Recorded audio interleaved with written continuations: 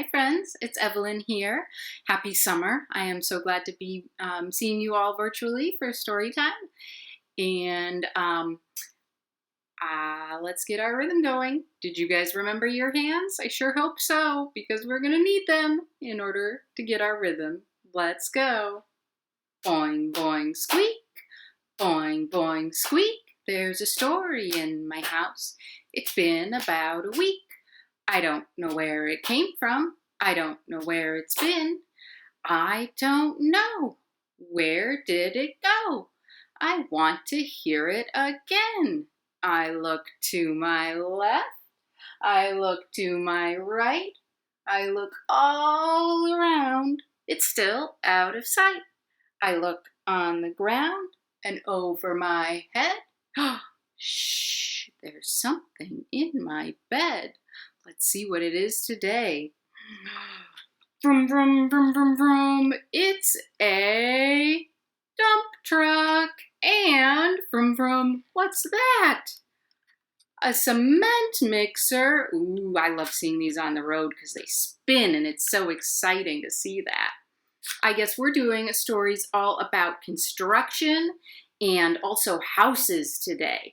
So I bet these guys are off to build a house. Let's see if they can do a good job sitting for story time though, because the problem is sometimes if you're on the road all the time, you know, when you're used to driving, maybe you're not doing a very good job listening, but I bet they, well, that one already didn't do a good job. Maybe the cement mixer will do a better job. Let's see. We'll put, oh my goodness. All right, let's try again. Put them right there. And whoops, the cement mixer needs to turn around. Dump truck is staying up. Let's see. Ugh, can you believe it? These guys just won't stay still. Now, I know you guys have a lot of work to do, but right now, I need you to just sit there and listen, okay? All right, I think that should be good. I'm going to have to put them to the side. They're just not going to listen, I think. It's going to be too distracting. So these guys can go off to the side and they can listen there. And you can listen at home and we'll have a really great story time. All right, our first story is a book called Iggy Peck, Architect. And here it is. Andrea Beatty and illustrated by David Roberts. Iggy Peck, Architect. Young Iggy Peck is an architect and has been since he was 2, when he built a great tower in only an hour with nothing but diapers and glue. "Good gracious, Ignatius," his mother exclaimed, "that's the coolest thing I've ever seen." But her smile faded as a light wind blew past and she realized those diapers weren't clean. "Ignatius, my son, what on earth have you done? That's disgusting and nasty. It stinks." But Iggy was gone. He was out on the lawn, using dirt clods to build a great sphinx. When Iggy was 3, his parents could see his unusual passion would stay. He built churches and chapels from peaches and apples, and temples from modeling clay. At dinner one night, to his father's delight, Iggy got a bright gleam in his eye, and out on the porch built the St. Louis Arch from pancakes and coconut pie. I like that the cat has its own little arch.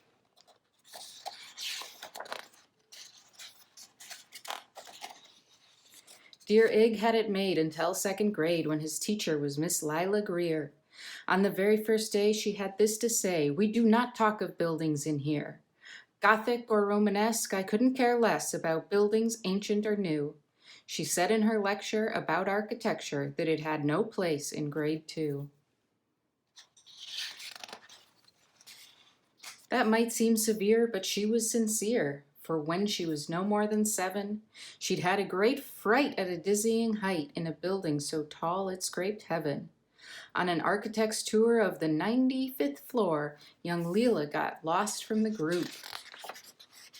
She was found 2 days later in a stuck elevator eating cheese with a French circus troupe. After that day, it's quite safe to say, she thought all building lovers were nuts, As a teacher, she taught that above all one ought to avoid them, no ifs, ands, or buts. As you might guess, it would cause Iggy stress to hear such terrible talk. But he didn't hear. He sat in the rear while building a castle of chalk. You, Iggy Peck, your desk is a wreck. Tear down that castle right now. You will not build in here. Is that perfectly clear? Do you need to see Principal Howe?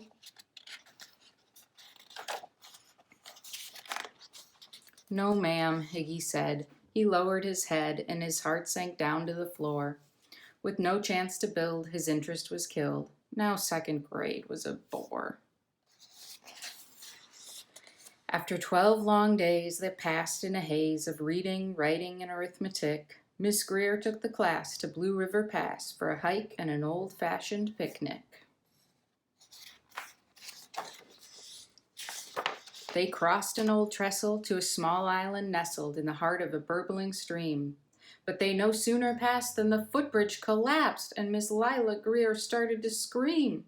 We're trapped here, oh my, alas, kids, goodbye. Her eyelids rolled back in her head. She dropped to the ground with a vague groaning sound, luckily fainted, not dead. The class was amazed. They stood there quite dazed, uncertain of what they should do. But one bright young man was off hatching a plan, which started with Miss Lila's shoe. Soon each lad and lass there at Blue River Pass was working together as one. And when she came to, Miss Lila Greer knew that something quite brave had been done. She looked in the air and saw hanging there a structure with cables and braces. And on the far side, beaming with pride, were 17 smiling young faces. Boots, tree roots, and strings, fruit roll-ups and things, some of which one should not mention, were stretched ridge to ridge in a glorious bridge, dangling from shoestring suspension. It all became clear to Miss Lila Greer as she crossed that bridge over the stream. There are worse things to do when you're in grade 2 than spend your time building a dream. Now every week at Blue River Creek Elementary in 2nd grade, all the school kids can hear, along with Miss Greer, how the world's greatest buildings were made. The weekly guest speaker in t-shirts and sneakers talks of buildings from Rome to Quebec. Of course, he's the guy who builds towers from pie, that brilliant young man, Iggy Peck. The end. All right, I hope you guys enjoyed that story. I really like that one. And if you did like that, the author and illustrator have 3 other ones. They have Rosie Revere, engineer, Ada Twist, scientist, and Sophia Valdez, future prez, and they're all wonderful. So, our next story comes from the book Dalmatian in a Digger by Rebecca Elliott. Well, one morning, Dalmatian woke up to a big noise. Dugger, dugger, digger, dugger, dugger, digger. Can you guys try making that sound? Dugger, dugger, digger, dugger, dugger, digger. Good job. Dalmatian woke up and said, "What is that big noise? It woke me up." And he looked outside, and what did he see? Oh my gosh, it's a Dalmatian in a digger. Dugger, dugger, digger, dugger, dugger, digger. He's scooping up dirt. He's dumping it over there. Dugger, dugger, digger, dugger, dugger, digger. Wow. Then Dalmatian heard brum, brum, wee, brum, brum, wee. Can you guys make that sound? Brum, brum, wee. What's that noise? It really made me jump. Oh my gosh. Brum, brum, wee. It's a camel in a crane. She's picking up the logs and then lifting them high. Oh, brum, brum, wee, brum, brum, wee. Whoops, let's put her up here. Let's see if that Dalmatian in a digger can stay there. Then Dalmatian looked out the window because he heard another sound. This time he heard dump, splat, crash, dump, splat, crash. Can you guys do that? Dump, splat, crash. Dump, splat, crash. What's that noise? It sounds really messy. Oh my gosh. Dump, splat, crash. It's a duck in a dump truck. Dump, splash, crash. He's filling up his truck. He's delivering all the dirt. Dump, splash, crash. Dump, splash, crash. Then Dalmatian heard a tug, tug, beep. Tug, tug, beep. What's that noise? It sounds really big. Tug, tug, beep. Tug, tug, beep. It is really big because it's a bear in a bulldozer. Look at her. She's pushing all the rocks. She's making a huge pile. Tug, tug, beep. Tug, tug, beep. Look at this. It's all the machines together. Dugger, dugger, digger. Dugger, dugger, digger. Brum, brum, wee. Brum, brum, wee. Dump, splat, crash. Dump, splat, crash. Tug, tug, beep. Tug, tug, beep. What are they building? Oh my gosh. It's a super amazing tree house for me and all my friends. And it's even got stairs and a swing and a slide. Wow. I can't wait to go play in that. The end. All right, good listening, everybody. Let's see. Can you guys get your hands out? I have 10 fingers. They all belong to me. I can make them do stuff. Want to see? I can make them jump high. I can make them jump low. I can fold them quietly and sit just so. I can squeeze them tight. I can open them wide. I can fold them all together. I can make them all high. I can make them jump high. I can make them jump low. I can fold them quietly and sit just so. Good job. Let's see. Let's do the little green frog. Ready? Went the little green frog one day. Went the little green frog.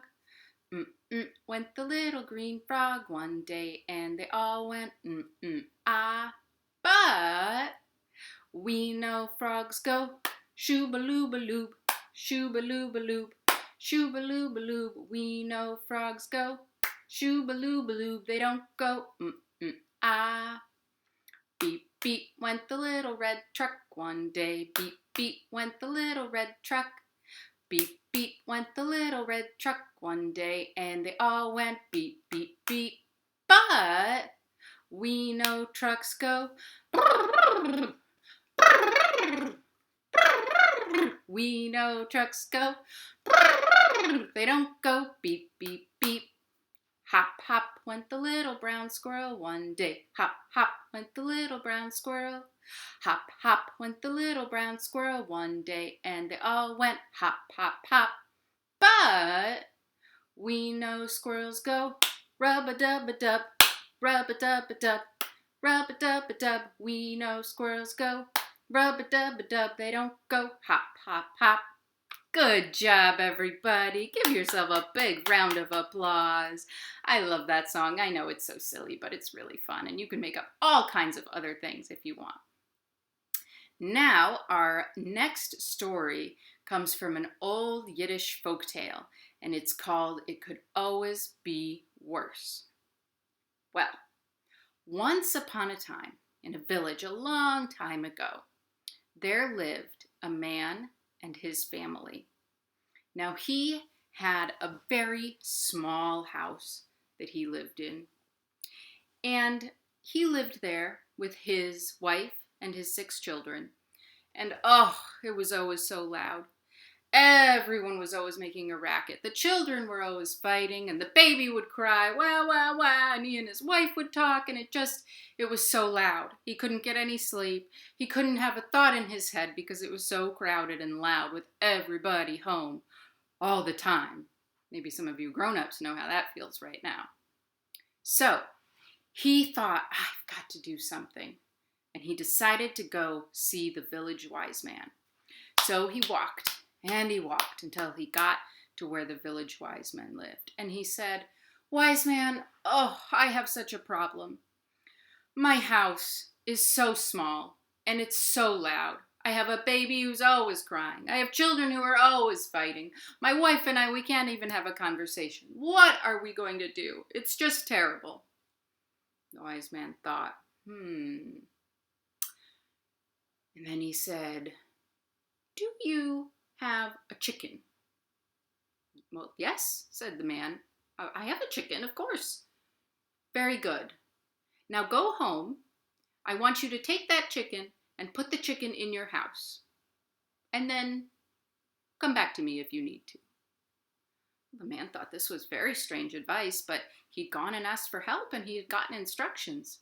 So he walked home. He got his chicken, cluck, cluck, cluck, cluck, cluck, and he put that chicken, boop, into his house. Then he went inside.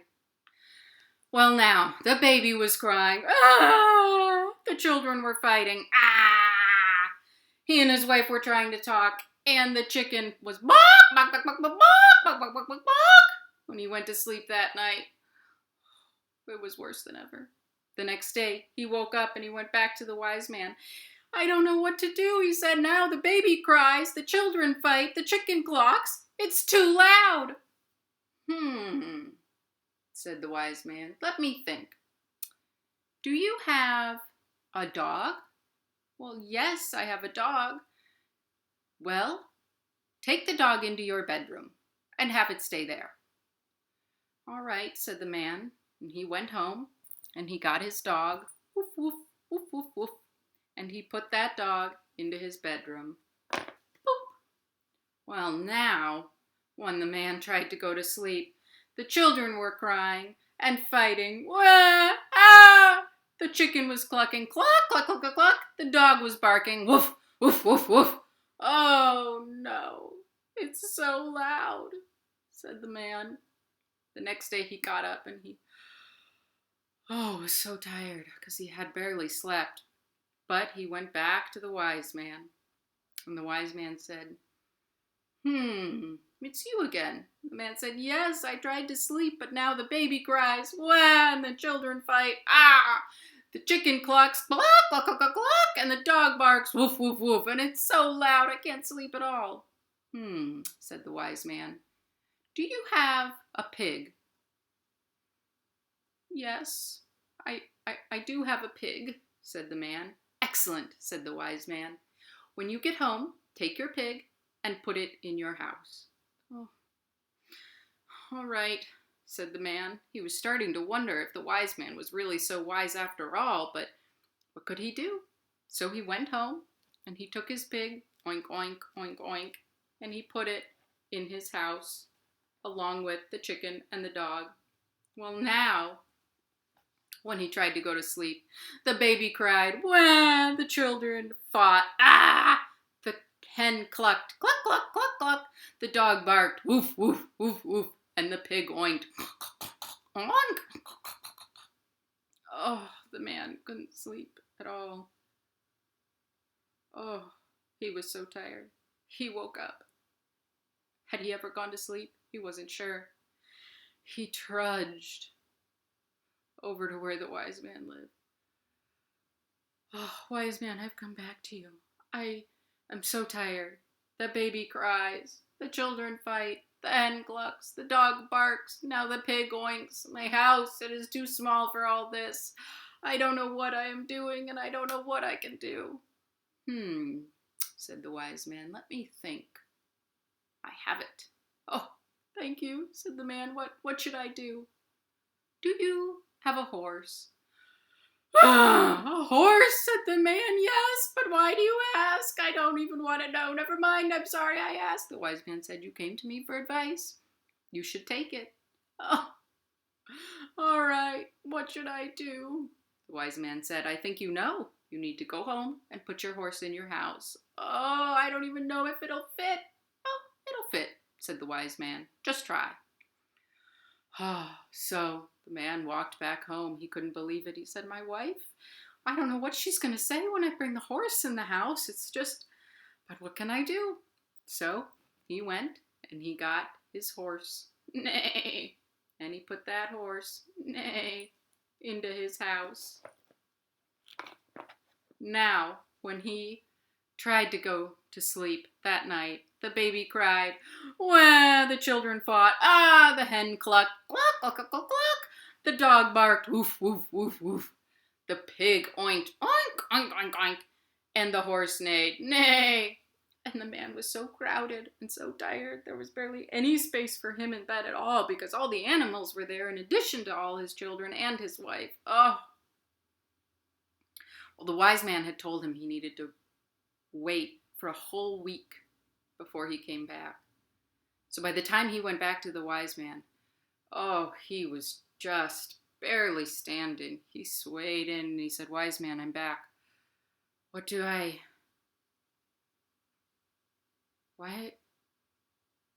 need to do? I haven't slept in a week. I was supposed to come here, right? The wise man smiled. Yes, you were. Now, what I want you to do is go home.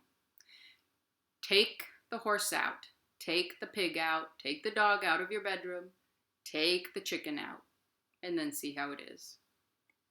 The man went slowly back to his house. He led the horse out. He led the chicken out, and the pig, and the dog, and then he went back into his house. That night, he laid down. The baby cried, wah! The children fought, ah! And the man smiled. It was so peaceful and so quiet, and he slept very well all night long. The end. All right, good listening, everybody. We have one more story for you. It's a book called Mr. Postmouse's Rounds. So here it is. This book is called Mr. Postmouse's Rounds by Marianne Dubeck.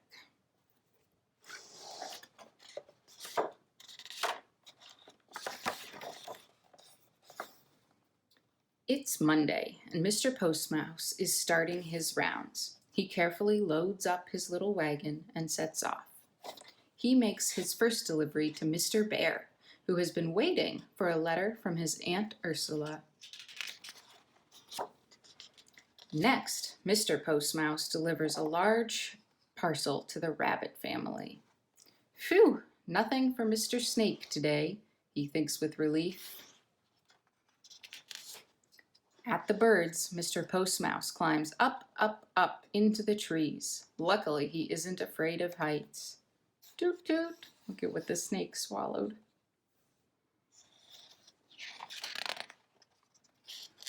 It's a delivery of nuts for Mr. Squirrel as usual. Then it's time for lunch.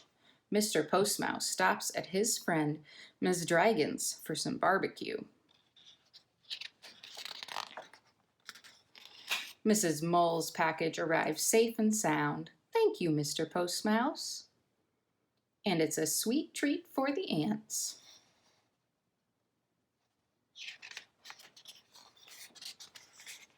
Down the lane, Mrs. Turtle unwraps 2 pairs of zippy roller skates for her mobile home.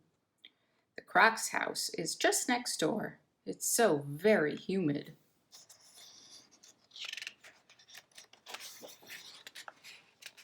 Mr. Postmouse lets nothing stand in the way of his deliveries. Gurgle, gurgle. That means, hello, Mrs. Octopus. Oh, look, it's a game of hide and seek in the coral.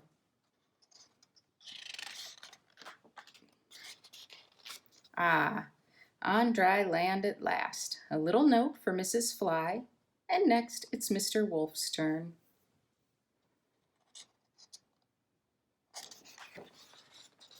Shh, Mr. Postmouse tiptoes quietly around the Bat Sister's house. At the Penguin's place, it's winter all year round. Brr. Mr. Yeti receives delicious tarts from his cousin Yolanda. Bon appetit! Then Mr. Post Mouse heads back down to the valley. Whee! See you next time, mountain goats.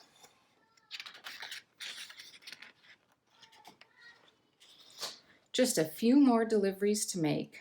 This one is a bit smelly, and this one is a bit worrying. Now there is only one parcel left. Who is it for? Surprise! It's for Mr. Post Mouse's son, Milo. Happy birthday, my little mouse. The end. All right, I hope you guys liked that book. I love all the illustrations. If you get that one out from the library sometime, it's really fun to just pore over everything. Well, you guys have been great listeners. Let's do one more little rhyme before we do knees up. So let's get our hands out and go. Zoom, zoom, zoom. We're going to the moon. Zoom, zoom, zoom. We're going to the moon. If you want to take a trip, climb aboard my rocket ship. Zoom, zoom, zoom. We're going to the moon in 5, 4, 3, 2, 1. Blast off! Zoom, zoom, zoom. We're going to the moon. Zoom, zoom, zoom. We're going to the moon. If you want to take a trip, climb aboard my rocket ship. Zoom, zoom, zoom. We're going to the moon in 5, 4, 3, 2, 1. Blast off! Good job. All right, well now we are at that point in story time where you start sitting down, and then when you hear the words knees up, you can pop up and start to jump. Oops, I lost my lady. There was a girl from France who didn't know how to dance. The only thing that she could do was knees up, Mother Brown. Whoa, she went flying off. Knees up, Mother Brown. Knees up, Mother Brown. Knees up, never let the breeze up. Knees up, Mother Brown. Sit back down. Well, brum, brum, wee, brum, brum, wee. That treehouse made dog and frog say golly. The only other thing that they could do was knees up, Mother Brown. No, knees up, Mother Brown. Ribbit. Knees up, Mother Brown. Ribbit. Knees up, never let the breeze up. Knees up, Mother Brown. Sit back down. Robot would just like to say, thanks for listening to stories today.